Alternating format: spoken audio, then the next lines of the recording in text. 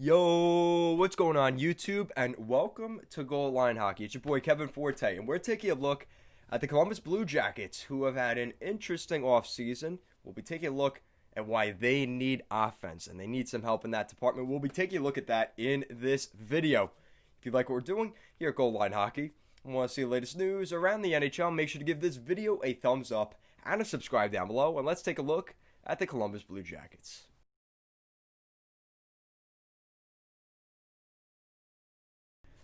Alright, so before we get too far into this video, just want to give a quick plug to our Instagram and Twitter handles at goalline_hockey, as well as our Patreon at Goalline Hockey. We'll be having a weekly podcast starting next Thursday.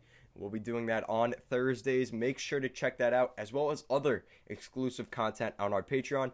Links will be in the description down below.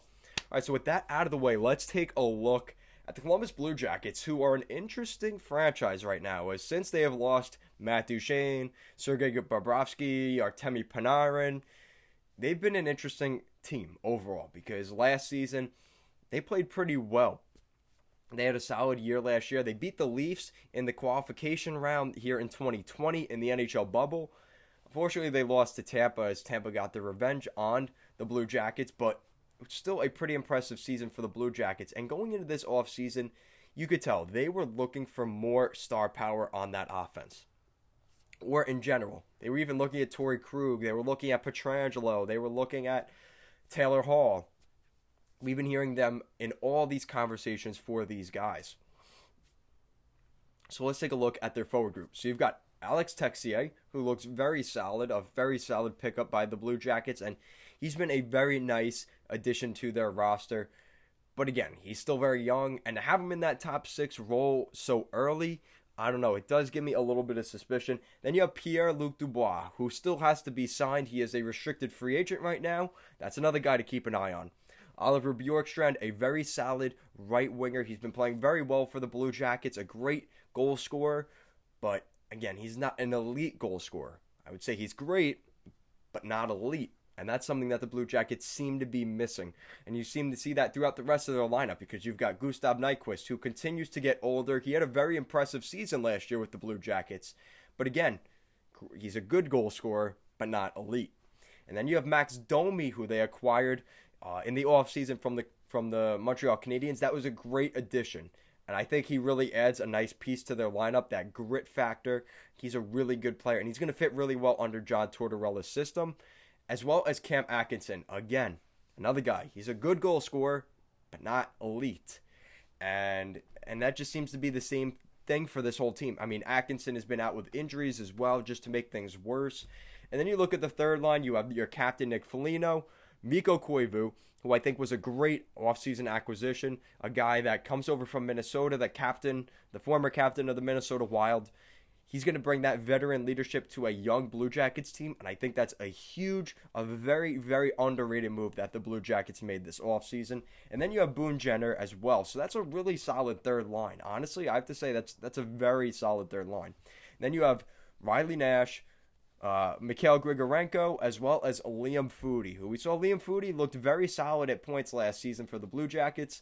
I think that will continue moving forward. So now it brings up the question, who do the Blue Jackets need to bring in? And like I said, these guys aren't elite goal scorers, but the more goal scorers that you add, the better you get. And they just need to add a little bit more depth. And we're going to be looking at some of the guys here. So you've got Mike Hoffman, 30 years old. I've been talking about him a lot recently. The Bruins, the Predators, seems like most teams in the NHL are looking at Mike Hoffman. He's 30 years old. He had 59 points in 69 games last season. I think that's why teams want him and his services. But he's going to come in at a pretty decent price, and he's probably going to want a short-term deal, which I think a lot of teams would be interested in, obviously with the flat salary cap over the next couple of seasons. And then you have Mikhail Gramlin, who's 28 years old, still in the good part of his prime. He's 30 years. He had 30 points last season in 63 games. He's a pretty solid player, and I think any team would be willing to take him on. He's 2 years younger than than Hoffman, and he can play center. I think teams will be salivating at the thought of having Granlund. And then you have Alex Galchenyuk, who has completely fallen off the map. Everybody has written him off. Nobody's talking about him. I think he would be another good addition for Columbus. He would come in a little bit cheaper. I think that would be something that the Blue Jackets should absolutely look at.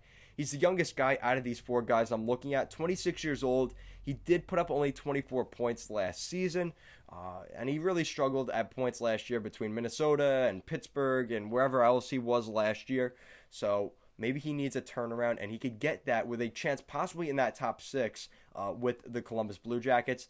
And then you look at Mikhail Grabner, the oldest guy on the list, but one of the faster players. He's 32 years old. He only had 11 points last season, but we know what he's capable of at the NHL level. And would he necessarily fit well with John Tortorella? We've seen that hasn't worked that well in the past, just based off of how he plays. He's not that type of player, but he is a penalty killer, so maybe he would work well.